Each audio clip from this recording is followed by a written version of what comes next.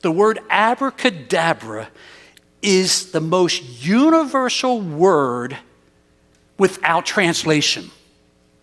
If you speak Portuguese, it's abracadabra. If you speak Chinese, it's abracadabra.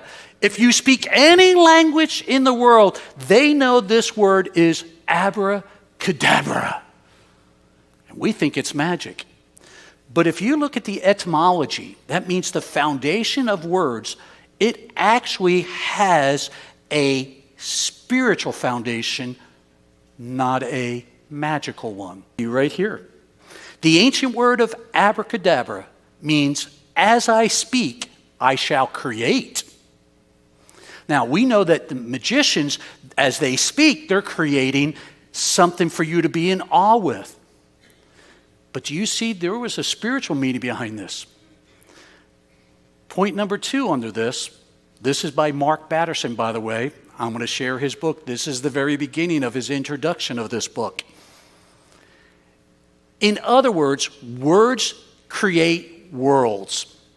Our God spoke the universe into existence, but did you know your words can create a world?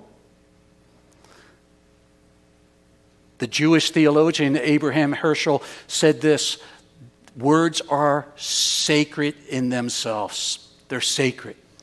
So God's tools, watch this, for the universe and our tools for bringing holiness or evil into the world is often by words.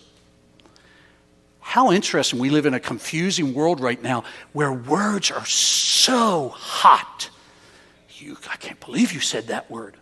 I can't believe you said that word.